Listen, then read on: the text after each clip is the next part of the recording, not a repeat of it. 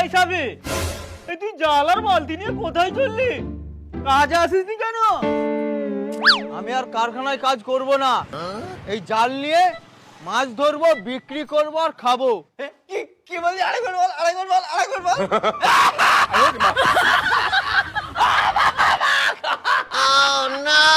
তুই সবসময় আমার পিছনে লাগবি না বলে দিচ্ছি।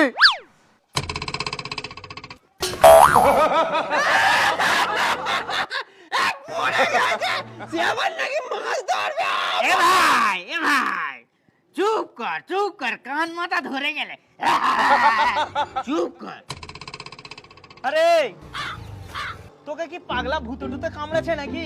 তুই কাজ কাম বন্ধ করে দিয়ে জাল আর বালতি নিয়ে মাছ ধরতে যাচ্ছিস? তো কি করব?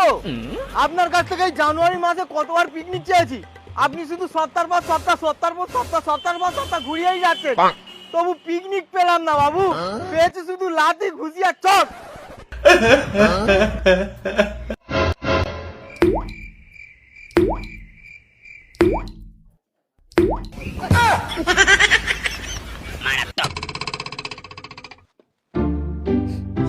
ভাই সাফি, তোর মনে এত দুঃখ, তুই আমাকে আগে বলিসনি কেন?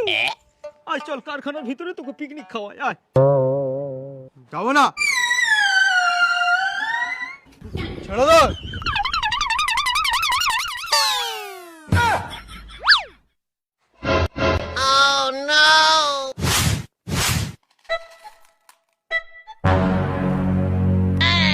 ও ভাই, এভাবে মন খারাপ করে দাঁড়াসনি।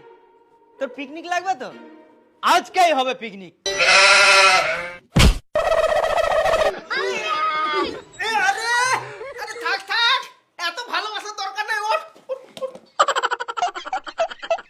ভালোবাসা টালোবাসা কিচ্ছু নয়, সিরাজদার মালটা ওর পিছনে লাগতে ও গিয়ে আপনার উপরে পড়ে গেছে।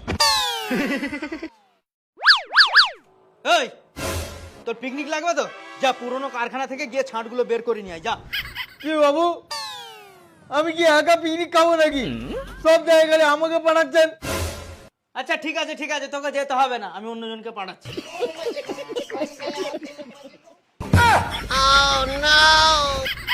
কি সিরাজদা, সবসময় আমার দিকে তাকিয়ে কাঁদছেন কেন? তোর কষ্ট দেখে রে ভাই, তোর এত কষ্ট আমার চোখের পানি ধরে রাখতে পারি। কান্দো না তুমি সাজনি। জানি না কি করে হাল